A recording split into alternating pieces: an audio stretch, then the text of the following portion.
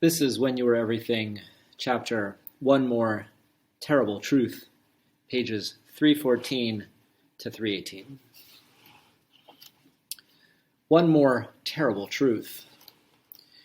Willa puts on one of her favorite Korean dramas, and the three of us watch it together and hang out for most of the afternoon.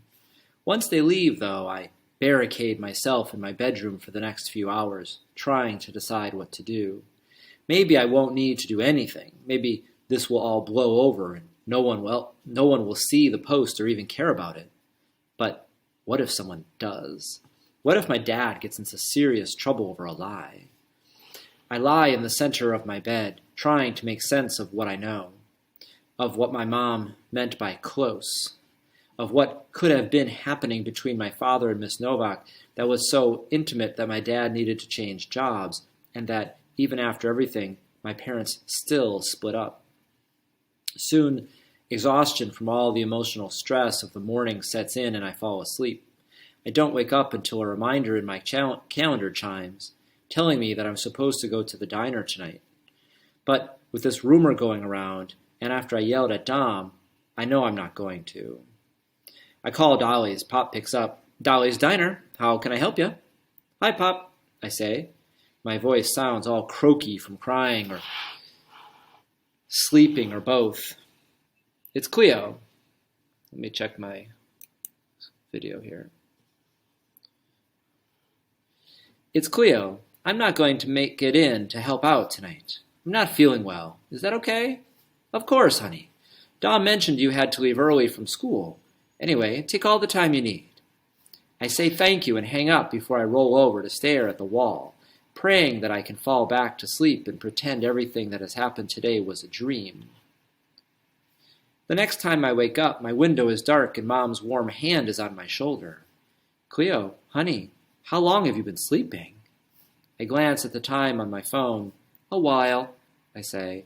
I sit up and stretch, and I watch my mother slip off her high heels. "What really happened with Miss Novak?" I ask right away. She reaches up and pulls down one of my many snow globes. It's the one of Hogwarts. She shakes it and then crawls into bed with me. We watch the fake snow as it swirls around the miniature castle. I haven't seen my mother this still, maybe ever. I search her face and then her eyes find mine. She looks as if she's sizing me up. She's studying me like I'm a gas tank and my face is the gauge. Even though I called her a few hours ago sobbing, I still myself, putting on my best poker face. The best poker face I can muster.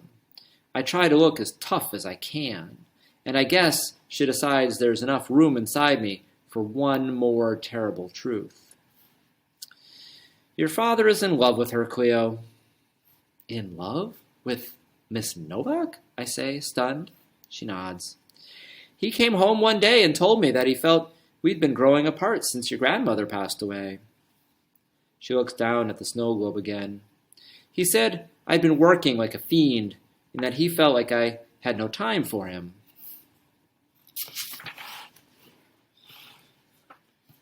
"He said I made him feel like nothing he did was ever good enough. And maybe I did throw myself into work after we lost her, but he got a little bit lost too."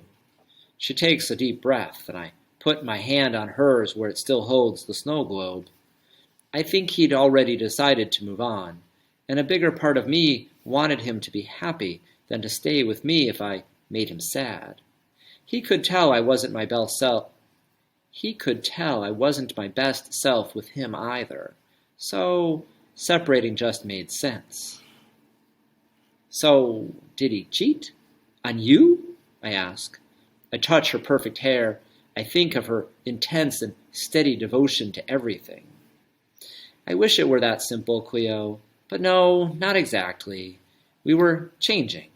Or maybe we'd already changed. And I don't think either of us was willing to make the kinds of compromises and sacrifices the newer version of the other person needed." I nod. I kind of understand that part at least. It's like Layla and all the new music she started listening to, the way she got into makeup and hair and chorus and forgot about the things we both used to love. It's like me wanting everything to stay the same when nothing was ever going to.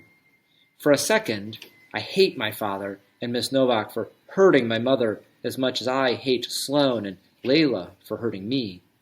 But as my mother continues speaking, outlining her and my father's slow descent, I see that she made some mistakes too, just like I did. None of this is as simple as it seems. I wish you'd told me, I say. I always thought you deserved to know, she says, that people change, that love and life are fluid, that even your heroes can make choices that fall into shades of gray. But your father thought it was a bad idea, that it might be too complicated for you to handle. Now that I think about it, I wonder if he was just saying that to protect himself, to protect the way you saw him as this great, flawless guy. I'm a little embarrassed that I was holding on to the childish sentiment of things lasting forever, of people being perfect. Even now, I don't want to let it go. He didn't know Layla and I were fighting, though, I counter. So maybe he thought it would be too much for me. Oh, wait, sorry.